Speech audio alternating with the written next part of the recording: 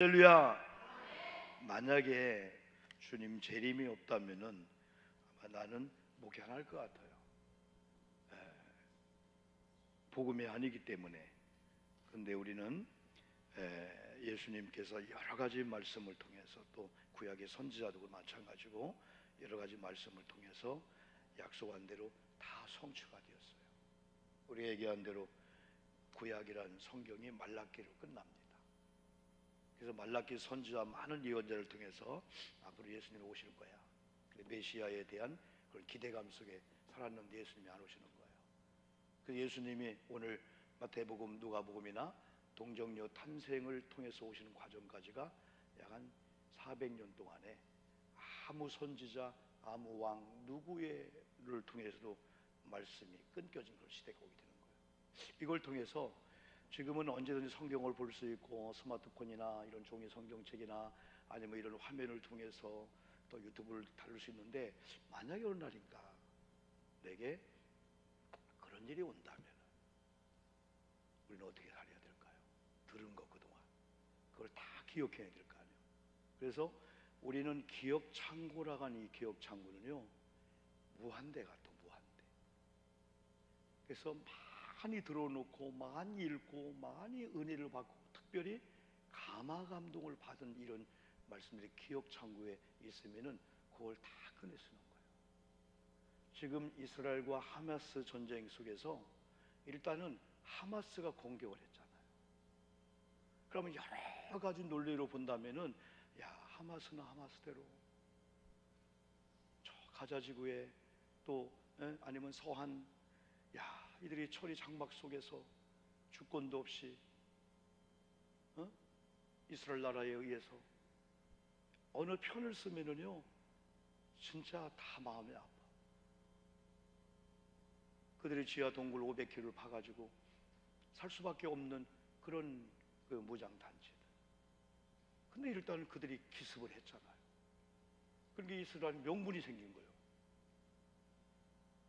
완전 땅굴을 초토화시키려고 지금 막 그냥 지상전을 하기도 하고. 그런 가운데 군인끼리 싸우다 다치는 것도 아픈데, 그냥 민간인들이 이스라엘이나 또 뭐 팔레스타인 쪽이나 그 하마스 그 가족이나 그걸 또 너무 아프잖아요. 막 철교하는 걸 통해서. 이스라엘은 최첨단의 그런 나라예요. 최첨단. 아까 얘기한 대로 800km란 장벽을 쌓았어요. 우리 성수순례 가면은 참 저거 답답하다. 그래서 팔레스타인 예수님이 태어난 베들레헴에 가려면은 허가를 받고 가야 돼. 높이가 8m야. 그 중에서 얼마 스마트 장벽이 있어요. 스마트 최첨단의 스마트를 통해서 접근하는 거, 담 넘는 거, 그 근처 다 시스카로 촬영을 통해서 모니터 하나에 다 보고 있는 거예요. 그 가자지구 안에 그 서안이라는 곳에 있는 거에 그냥 한눈을 보고 있는 거예요. 완전 동안에 주의죠. 근데 그들이 그게 안 되니까 우리 아는 대로 막 그냥 낙하산 같은 걸 통해서 막 서안지구 같은 경우는요 완전히 장막을 쳐놨어요. 그 다음에 바다도 완전히 고압선 같은 거 있잖아요. 이런 걸로 막 하고. 그렇게 이들이 땅굴을 파가지고 그 안에 살면 밥을 공급해 줘야 될 거 아니에요. 이런 걸 보면은, 야, 1편에 서면 자 여기가 그러고. 그런데 이스라엘 최첨단의 이런 사람들이 가자지구 안에 이런 인터넷을 끊어버리는 거예요. 앵앵앵 하면서 119가 막 갑니다. 병원 갑니다. 어디 갈 줄 모르는 거예요. 어디. 그러니까 총수를 하는 곳에 막 가서 누구 다쳤냐? 지금 우리는 인터넷이 있기 때문에 119 부르면 우리로 오잖아요. 지금 이 시대가 그거 마비되면 다 끝나는구나. 우리 비행기를 다 갔다 왔어요. 다 비행기도 항로가 있어요. 마치 우리 내비게이션처럼, 그리고 자율주행처럼 그냥 버튼 누르면 가는 거예요. 항로가 있어요. 이야, 이거 한순간이구나. 어디 핀 하나만 빠져도, 이야, 편리한 시대지만은 대형 사고가 눈앞에 있는 거죠. 이런 일 가운데 우리가 참 혼란한 그런 시대인데, 우리 크리스찬들이 일반적인 세상 사람은 세상의 논리와 세상의 힘 정도로, 그런데 우리 신앙인들은 하나님께서 예수를 보내주겠다. 예수님이 오셨네. 예수님이 33년 동안 사셨네. 3년 반 동안 공생의 일을 통해서 우리가 계속 공부한 대로 복음을 전파하고 가르치고 병든 자, 약한 자 막 치료했네. 그러면 주님이 십자가에 못 박혀 죽으셨네. 3일 만에 부활했네. 40일 동안 부활을 증거하다가 하늘로 올라가면서 성령을 보내주겠다 약속했네. 근데 성령이 오셨네. 또 주님이 내가 너희들이 본 대로 재림할 거야. 그게 아직 안 이루어졌네. 지금까지 모든 건 언약대로 약속대로 다 이루어졌는데 한 가지 남은 게 있다면 주님이 다시 오겠다라고 하는 이 재림이란 말이에요. 그래서 계속해서 우리가 이 재림에 대해 사도신경 하면서 우리는 초기, 중기, 말기, 그 재림의 용어를 우리가 한번 설명했잖아요. 주님이 다시 오신다. 그러면 언제 주님이 오실지 모르지만은 주님 맞이할 준비를 했나? 기독교인의 이 숙제가 여기 있는 거예요. 기독교인이 주님 맞이할 준비를 했나? 우리는 두 가지 종말을 우리가 생각하죠. 예수님이 오심으로 종말, 다 스톱 끝나는 거죠. 그런데 예수님이 더 어디 오셔도 내 인생의 종말을 우리가 맞을 수 있죠. 죽음을 맞이할 수 있죠. 그러면 다 끝나잖아요. 그래 한 번쯤 우리 크리스찬들이 죽는다, 예수님 재림한다, 언제 오실지는 보내신 하나님만 아신다. 어떻게 살아야 되지? 언제 오시는 거야? 그런데 성경은 징조를 우리에게 이렇게 말씀했어요. 오늘 마태복음 24장은 소계시록, 소묵시로 할 정도로 앞으로 되어질 일을 외했는데 징조를 보아서, 다시 말하면은 어른들이 허리가 쑤시네, 습기가 있나, 비가 올라나 봐, 비가 오는 거예요. 막 개미들이 왔다 갔다 해요. 우리도 막 공주 쪽에 3.몇 지진이 났잖아요. 거기 지진 날 곳이 아니잖아요. 완전 육지인데요. 사람보다도 무슨 뭐 쥐들이 아닌 뭐들이 지진 날 걸 알고 다 도망가는 거야. 그리고 그런 걸 아는 사람들은 지진 날라. 그래서 예수님이 갑자기 오신다고 했지만은 예수님은 재림의 징조를 말씀하기 때문에 이 징조를 통해서 뭔가 오실라나 보다, 번개가 번쩍 천둥 소리, 그 다음 비가 올라나 보다 예비하듯이. 그래서 우리가 잘 아는 말씀이지만은 3절에서 이런 말씀했죠. 예수께서 감람산 위에 앉으셨을 때 제자들이 조용히 와서 이르되, 이거죠. 예수님, 우리에게 이루소서 어느 때 이런 일이 있겠사오며 또 주의 임하심과 세상 끝에는 무슨 징조가 있사오리까 할 때 몰라, 무조건 믿어? 아니에요. 하나님은 예수님은 반드시 묻는 거에 대해서 정확한 답을 줬어요. 우리 여행을 하다 보면 저 가이드가 주지사항을 얘기해요. 그럼 다음에 언제 얘기했냐요? 언제 얘기했냐? 얘기했어요, 다요. 교회에서 광고를 하면은 되게 많은 사람이 언제 광고했어요? 언제 광고했어요? 근데 광고 다 했어요, 다. 내가 못 들어서 그렇지. 그리고 예수님도 징조를 다 얘기하는 거야, 말씀을 통해서. 근데 언제 주님이 오실 때 이런 징조가 있다 알려줬으면 제가 준비했었지요. 그렇게 변명할 수 없다는 거예요. 오늘도 주는 메시지예요. 그래서 예수님, 세상 끝에 무슨 징조가 있나 알려주세요. 무작정이나 오면 안 되잖아요. 그때 4절에서 첫째, 사람의 미혹이 있는 시대가 된다는 거예요. 사람의 미혹. 여러분, 우리 크리스찬들은요, 어떤 죄를 짓고 사람 앞에 나만 시침 띄면 돼. 그런데 하나님 앞에 선언하기 때문에 우리는 죄 짓고 앉았다 할 수 없어요. 그러나 세상 사람은 하나님이 없으니까 죽는 한 있어도 앉았습니다. 안 했습니다. 나 오이 호박 안 따먹었습니다. 따먹어 봤는데 안 따먹었습니다. 입에 넣는 거 봤는데 안 먹었습니다. 안 먹었습니다. 증거가 안 되면은 그 죄 채택을 안 되는 거예요. 근데 이 시대는 다 미혹을 하는 거 뭐냐면요, 아닌 것을 긴 것처럼 아닐 믿자, 혹자. 아닌데 그걸 미혹을 당하면 유혹을 받고 혹하고 빠지는 게 미혹이에요. 미혹. 이건 진리가 아니에요. 가짜입니다. 진실이 아니에요. 근데 자꾸 그걸 들으면은 그걸 혹하고 빠지면 진짜가 아닌 걸 진짜로 알고 미혹에 빠졌다는 거죠. 그래서 예수님이 제자들아, 미혹의 시대가 왔어. 사람은 미혹할 수가 있어. 근데 너는 미혹에 안 빠질 수 있어. 그래서 미혹에 받지 않도록 조심하라. 여러분, 한 주간을 살면서 미혹하는 것은 어쩔 수 없어요. 여러분의 귀를 빌려고, 여러분의 환경을 빌려고 잠깐만 나 만나 미혹할 수 있어요. 그러나 여러분, 오늘 예수님이 염려한 것처럼 미혹을 받지 않도록 저와 여러분 주의하며 사시기를 축복합니다. 이건 가까운 사람 누구도 마찬가지예요. 성경대로 보자고요. 원래 이 미혹이라고 하는 이 헬라의 원뜻이 플라나오라는 이런 뜻인데, 이건 정류의 길을 가다가 어느 날 내비게이션 수도하는 거예요. 바다를 향해 막 가는 거예요. 마치 미로 길이 아닌데 길처럼 착각하게 가다가 막 풍덩 빠지는 거예요. 이게 바로 미혹이라는 그 원어 플라나오라는 그런 의미라고 여러분 볼 수 있어요. 이것이요. 그 다음에 5절을 봤습니다. 나는 그리스도라 하여 많은 사람을 미혹하리라. 지금이 벌써 그런 시대가 되었어요. 우리가 할 때 어떤 이단들 볼 때 자기가 교주요, 그러면서 자기가 메시아래. 그래, 신천지나 이런 데도요, 어디 하나 누구누구가 뭐 예수다 안 썼어요. 근데 그 의미가 바로 그거예요. 하나님도 인정하고 예수님도 인정하고 성령도 인정해요. 우리가 오늘 교회 처음 오신 분하고 같이 여러분 공부했잖아요. 삼위일체 하나님을 믿어야 된다. 그러나 그들도 삼위일체 하나님도 믿는다 해요. 하나님도 믿고 예수 믿고 성령 믿고.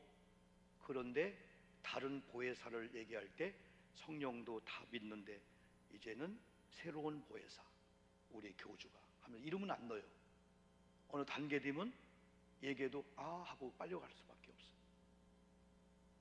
젊은 사람들이 여러분 그런 쪽에 넘어가는 거 보면은 야, 이건 마귀의 힘이 분명히 있구나. 사람의 힘이 아니다. 마귀의 힘이다. 나는 확실히 모르지만은 우리 남연이라는 체조 선수가 그 누구 만났잖아요. 어제 장모님 남성이 갔다 오면서 뉴스 들은 걸 얘기하다 보니까 보디가드가 하루 뭐 일당이 1,500만 원씩인데 막 5, 10명씩 쫙 들고 다니면서 막 돈이 뭐 몇 조가 있고 뭐 몇백억 있고 막. 그래서 보니까 다 이게 사기성이야. 예?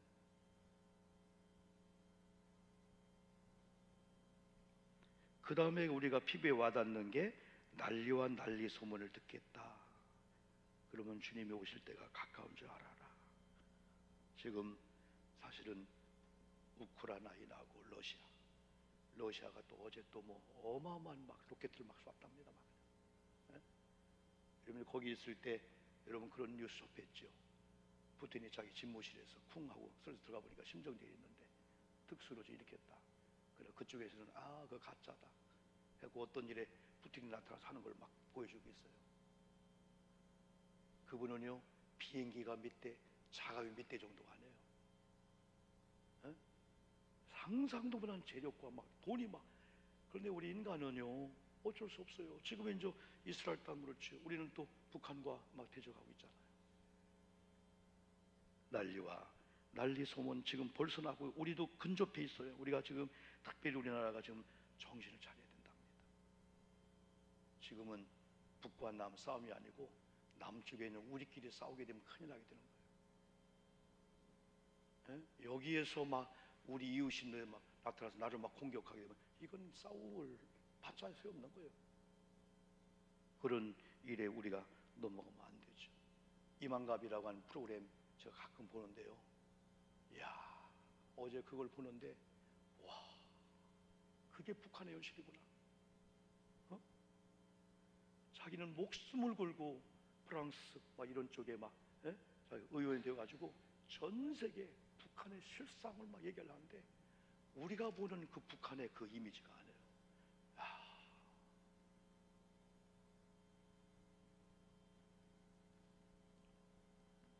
그래서 저와 여러분들이 특별히 너희는 삼가 두려워하지 말라. 이런 일이 있어야 하되 아직 끝은 아니다. 7절은 민족이 민족을 나라가 나라를 대적하여 일어나겠고 곳곳에 기근과 지진이 있으리니. 여러분 요즘에 뭐 일본 뭐라고 하지만은 일본이 여행 1위랑 1위. 그 다음에 베트남, 옛날 필리핀이 막 1등 했는데 좀 뒤로 밀리고, 제주도가 막 뒤로 밀려. 제주도가 막 한국 사람이 제주도를 안 가는 거야. 막 저 제주도 막 난리가 났어요. 막 우리나라 막 상가가 전세 나오는 걸 어떻게 감당할지 모른다는 거예요. 다 임대 상가 막. 다행히 중국 사람들 와가지고 여러분 괜찮지만은, 일본을 여러분 건장 갔다 오셨죠? 처음에 후쿠오카인가요? 처음에 가는 데가 가면은 다 그 화산 그 하는데 그걸 보고요. 어떤 경우는 한 마을이 다 집이 있는데 화산 터져가지고 집 덮친 상태를 그대로 보관해서 우리 관광하게 만들어요. 우리가 걸어가는데 지붕이에요, 지붕. 화산재, 이 화산 불들. 지금도 화산처럼 막 저 계곡 속에 막 물이 콱콱콱 막 타오르고 있는 거예요. 완전히 땅이 막 그런 땅이죠. 대한민국은 그게 없지만은 우리가 그런 걸 볼 때, 이 지진의 상태, 뭐 화산의 상태, 지금도 뭐 세계적으로 막 끓고 있는 거예요. 막 지구가 막 끓고 있는 거예요. 기근의 상태. 여러분, 아버지가 20시간씩 막 30시간 다녀온 목사님들 보면은요, 차마 눈도 볼 수가 없대. 짐승과 사람이 구분이 안 된대. 마른 건 마찬가지고 그냥 그 모래바닥에 그냥 눈만 떠가지고 그냥 먹을 거 달라고 하는데, 이야, 이게 인간이냐. 이미 기근이 완전히 지금 나라를 뒤덮고 있어요. 그래서 우리나라도 어느 날인가 양식에 대한 이 물에 대한 기근이 올 수 있다. 얼마 전에 보니까 뭐 밀양도 그렇지만은 전라북도 막 이런 도시 하나가 없어진다네. 그냥 사람이 없으니까. 특히 전라북도 쪽이 막 오전 막 도시가 다 없어진대요. 사람이 없으니까. 우리나라가 지금 뭐라겠죠? 출산율이 0.7가 아니고 0.68까지 들어간다. 이건 2명을 낳아야 되는데 1명도 안 낳는 거죠. 그래 오늘 우리가 애국한 마음으로 애기 좀 하나 낳을 수 있다면 애기 좀 낳아야 돼. 대한민국 큰일 났어. 대한민국이요. 일본이 몇 억이에요. 일본이요. 인도네시아 막 인도 쪽이 지금 세계 중국을 넘어서 1위요. 1위. 인구수가 그렇게 많은 게 수가요. 그들은 뭐 그냥 인구를 막, 우리나라가 진짜 위기가 온답니다. 출산율 때문에. 나라도 정신 차려야 돼요. 그래서 결혼하는 것도 그렇고 아기 낳는 거 다 이런 것들이 어떻게 보면은 주님이 준 징조의 한 부분이라 볼 수가 있어요. 이렇게. 근데 9절 보니까 더 무서운 게 있어요. 그때가 되면은 주님의 재림의 징조야. 너희를 환난에 넘겨 주겠고 너희를 죽이리니 너희가 내 이름 때문에 모든 민족에게 미움을 받으리라. 어떤 경우는 여러분 우리가 조금 예수 믿으면 잘돼, 뭐 복받아, 그런 우리가 기대감도 있지만은 또 어떤 경우는 우리가 한번 받을 준비를 해야 될 것 같아요. 교회 때문에, 예수님 때문에, 복음 때문에. 여러분, 사람이 당하는 그 고통을 오늘 세 가지 공부하면서 우리 교인들 나름대로 어려움 당하는 사람들은 난 다 알고 있기 때문에 여러분에게 자세히 공개하든 공개하지 않든 그 사람들의 그 아픔이 다양한 거야. 다 들어보면은 아이고 이분은 요 문제네. 요 분이 볼 땐 요 문제는 아무것도 아니네. 어떤 분은 이혼한 문제, 어떤 돈의 문제, 암의 문제, 무슨 문제인데, 우리 한 분 집사님 같은 경우 목사님, 나는 24시간 그냥 가슴을 바늘로 찔르는 이 고통이 있어요. 그런데 이번에 우리 한 목사님과 함께 비행기 제 옆 좌석에 앉으셨는데, 목사님, 내가 올해 은퇴했는데 3년 전부터 내게 이상한 병이 왔는데 그게 바로 섬유근육 그거죠. 섬유근육. 우리 유현미 집사님이 20년 동안 아픈 거 24시간 동안 바늘로 막 찔렸는데 그러면서 막 흉통이 오는데 심장이 아니야. 이건 바로 피부에 있는 근육의 섬유 그 고통인데 그래서 아들한테 다 유언해놓고 세상 사람들로 말하면 극단적인 생각을 그때 한다고 하네. 목사님 그러면 잠은요? 밤잠을 못 잔대. 아니 목사님 제가 수없이 만났지만은 목사님 얼굴 볼 때 목사님이 이렇게 단체로 올 때 우리 교회 이렇게 와서 연합 부활절 때도 전혀 몰랐는데 아니요 목사. 근데 단 신비할 거 내가 세 가지 공부하겠죠. 설교를 준비할 때는 언제 아팠냐 하듯이. 아멘 합시다. 아멘. 찬송할 때, 성경 볼 때. 그래서 하나님의 은퇴하면 내가 해해질까 봐서 김 목사 성경만 봐, 설교 준비해, 설교할 때도 없는데요. 그러다 보니까 그 교회 배려해서 1년에 2번씩, 아니 일주일에 2번씩 축도하고 설교 가끔 해주신 거예요. 다 그 교회에서. 성경 찬송할 때 얼굴 보면 전혀 그걸 느끼지 못할 거예요. 목사, 다른 건 아픔이 아니야. 이거 온 몸이 발끝부터 뭘까지 막 그냥 찔러 쪼개. 이게 우리 유 집사님의 그런 아픔이거든요. 예수 믿고 그 남편이, 안 믿던 남편이 와서 아내 기도해 주고 있거든요. 이런 걸 보면은 그분들은요, 지금 우리 돈의 문제, 뭐 남편 속썩이는 거, 이혼의 문제 차라리 바꾸자는 거야.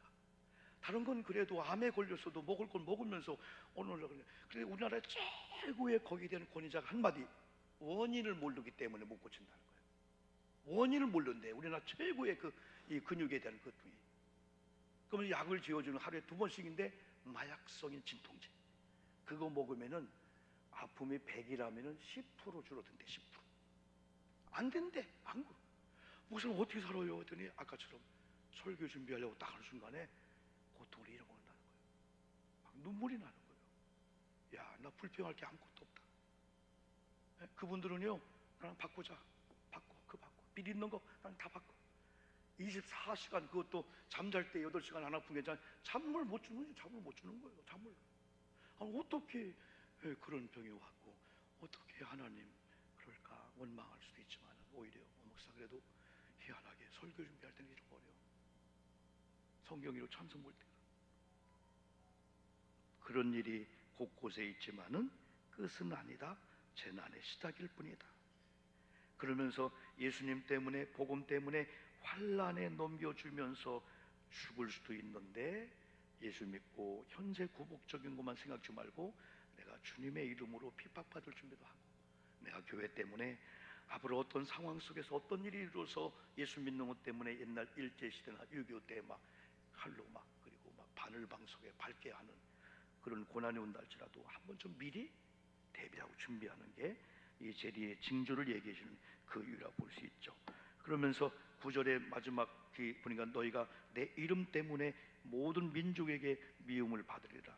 그때 많은 사람이 실족하게 되어 서로 잡아주고 서로 미워하겠으며.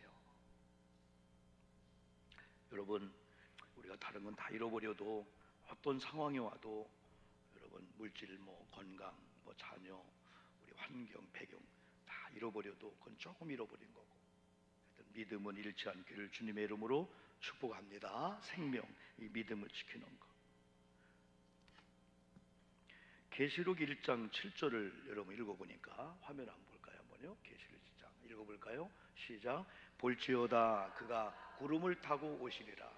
각 사람의 눈이 그를 보겠고 그를 찌른 자들도 볼 것이요 땅에 있는 모든 족속이 그로 말미암아 애곡하리니 그리하리라. 아멘. 밤무섬에 유배간 요한에게 하나님이 눈을 열어 보여준 거예요. 여기 제일 주님이 재림할 때 무서워할 사람이 이 사람들 같아. 예수님이 구름을 타고 오신다고 했죠. 각 사람의 눈이 그를 보겠는데 그를 찌른 자들도 볼 것이요. 이 누굴까? 아마 예수님 십자가 올려놓고 창으로 막 찌른 사람들 있죠. 막 못으로 막 그냥 양발에 막 박고, 그리고 막 가시면류관 속에 상처가 나면은 독이 나오는, 어디서 그런 나무를 골랐는지. 그냥 가시면류관이 아니고. 그래, 언젠가 제가 그 얘기했잖아요. 성지순례소도 한 번 갔다 왔어요. 우리 권영규 감사님 일 때. 오래된 10년 넘었죠. 그때 인도한 사람이 이게 바로 예수님의 가시면류관 그 나무입니다 했을 때 탱자나무처럼 삐죽삐죽 있는 거예요. 김준호라고 하는 그런 집사 얘기를 제가 참 마음에 담고 있는데, 폐암에 걸려서 옛날 얘기니까 자기는 1미다 인생이다 생각하는 사람. 1미다 인생. 산소통을 끌고 살아야 되니까. 그러나 어느 날 자기가 살 수 있게 된 일이 두 가지인데, 하나는 성지순례를 갔는데 이게 바로 예수님의 가시 면류관 만들었던 그 칡렁쿨 같은 그 나무입니다 했을 때, 나무에 나무에 쭉 나무처럼 생겼는데, 그걸 자기가 그걸 꺾어서 기념으로 갖고 오고 싶은 거예요. 일행들이 쭉 가는데 안 꺾여지는 거예요. 막 그래서 가이드가 온 거예요. 그거 꺾으면 안 되고. 예. 그래서 꺾다 말고 이제 집에 온 거예요, 숙소로. 근데 그날 밤에 손이 퉁퉁 붓더라는 거예요. 보니까 그게 독이 있는 나무라는 거예요. 가시에 찔리는 아픔 두 번째는 독이 들어가서 고통을 주게끔 찌르는 사람이 그걸 연구한 것처럼 마치. 창으로 옆구리를 찌르는 사람도 그냥 찌른 게 아니라 또 찌르면서 비틀면서 막 그냥. 근데 이분이 그때 이걸 느낀 거야. 이야, 예수님께서 가시면류관 쓰셨어. 예수님이 손에 못을 박혔어. 예수님의 창에 옆구리에 찔렸어. 나 때문이었다. 나는 요것 때문에 쓰라리는 고통이 있는데 우리 예수님 얼마나 아팠을까? 그러다가 이사야 53장을 기억하면서 그가 찔림은 우리의 허물을 인하며 그가 상함은 우리의 죄악을 인함이라, 저가 채찍에 맞으면 나을 입었다 라는 이런 말씀이 생기면서 막 믿음이 역사하는 거예요. 그런 가운데 여러분, 교회에서 부흥집회가 이루어졌는데 부인도 주변에 많은 동역자들도 이분 기도하는 건데 누군가 교회 한번 가져가는 건데 이건 농담인 거예요. 아니, 내가 산소통 있는 사람 무슨 교회를 가? 근데 성회 마지막 날 참석하다가 마지막 날에 강사님의 그 메시지 속에서 능치 못하신 하나님을 하면서 자기 마음속에 산소통 띄워버려라, 이건 죽으라는 건데요. 산소통을 띄워라. 한순간에 그걸 레마의 음성으로 받아들이고 그걸 띄워서 그 위에 이분이 의료기 협신기구 사장이에요. 병원에 의료기를 해주는데 그래 나았다.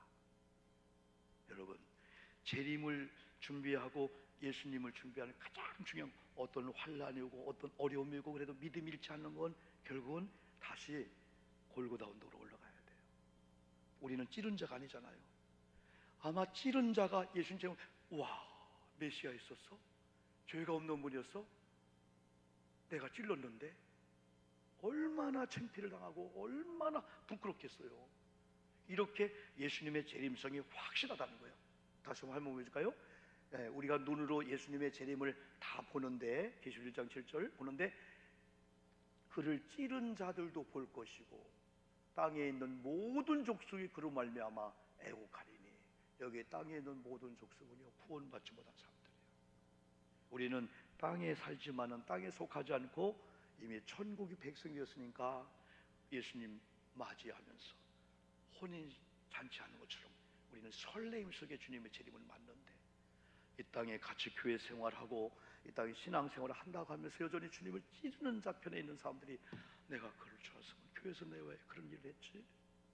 내가 왜 그런 자리에 있었지? 주님이 주인 되고 주님이 알아서 다 하는데 내가 왜 하나 일을 맡아가지고 그냥 내가 왜 내 마음대로 하려고 하다가 안 되면 교회에서 이렇게 됐지? 우리는 그런 쪽으로 가지 말자는 거죠. 결국은 이걸 이기는 비결은 다시 골고다 언덕 올라가는 거예요. 십자가의 그 은혜, 주님의 그 찔린 그 은혜로 인해 내 구원받았다 라고 했을 때 우리는 영적 강심장이 될 수 있어요. 죽음아 환난아, 네가 쏘는 것이 뭐냐? 내가 세상을 이겼노라. 바울의 고백입니다.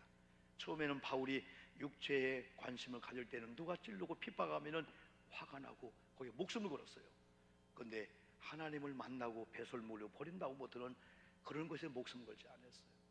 우리 여선교회가 나름대로, 우리 남성 나름대로 어떤 계획 하다 보면 막 이상한 현상이 있잖아요. 예? 분명히 몇 명 가기로 예약했는데 누구는 빠지고 또 안가정 들어가기도 하고, 막 오늘도 임원들하고 이렇게 성경 공부 끝난 다음에 잠깐 만나서 그리스 알고요 12인승 하나를 또 빌려야 될 그런 상황으로 인원이 다 오버되고 막, 그런 걱정하지 말자. 그까지 목숨 걸 거 없어. 여러분, 지난번에 초대 때 그랬죠? 어느 교회가 싹 갈라졌어요. 잔디파, 보혈파. 아이고 참, 세상에 예수를 왜 믿는 거예요? 성전을 지어놓고, 옛날 오래전 옛날에요, 강단에 카펫을 까는데 파란 걸 깔자 파, 빨간 걸 파, 근데 두 개 그렇게 다 맞는 거예요. 아, 예수님을 보혈을 의미하는 빨간 걸 깔아야지. 그러니까 한쪽에서는 이 푸른 소장을 의미하고 있는 파란 걸 깔아야 되지. 예의.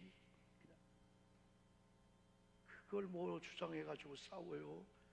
한쪽 반은 파란 걸 깔고 반은 빨간 걸 깔든지 아니면 한 달에 한 번씩 바꾸든지 하면 돼. 그게 뭐가 목숨을 걸 거예요. 피아노가 여기 있는데 이쪽으로 옮기자고 했더니 피아노를 받은 사람이 내가 죽을 때까지 옮겨봐라. 아니 받쳤으면 하나님 거지 무슨 죽을 때까지 저 옮긴다고. 아니 피아노 옮긴다고 뭐 이거 하다 보면 이게 옛날 내가 어릴 때 그 목사님이 어떤 은혜가 있냐면 이런 성구 은혜. 막 성탄절 준비하다 저거 하면 이 어떤 요건 안 했지만은 이걸 막 깼냐고. 아이 깰 수도 있는 거지 뭘 또 사오면 되는 거지. 그래야 성구 상에도 살 거 아니오. 어? 아이고. 그래서 저걸 옮기는데 한 분한테 목사님 제가 제안하겠습니다. 하루에 1cm씩 옮깁시다. 그 장로님이 그걸 몰라. 나 여기 있다 보니까 야 내가 헌금한 거 잘 있네. 한 분이 일렀어. 옮겼시오. 여기서 언제? 1년 걸렸어요. 하루에 1cm씩 교인들 옮겼어요. 1cm 하다 보면 옮길도 모르는 거예요. 와, 그 자리가 좋아. 그 자리 좋아. 아이고, 목숨 걸 거 아니에요. 우리는 생명을 얻고 십자가 신앙 갖다 보면요, 세상 잘 거라 나는 가누라 그러지.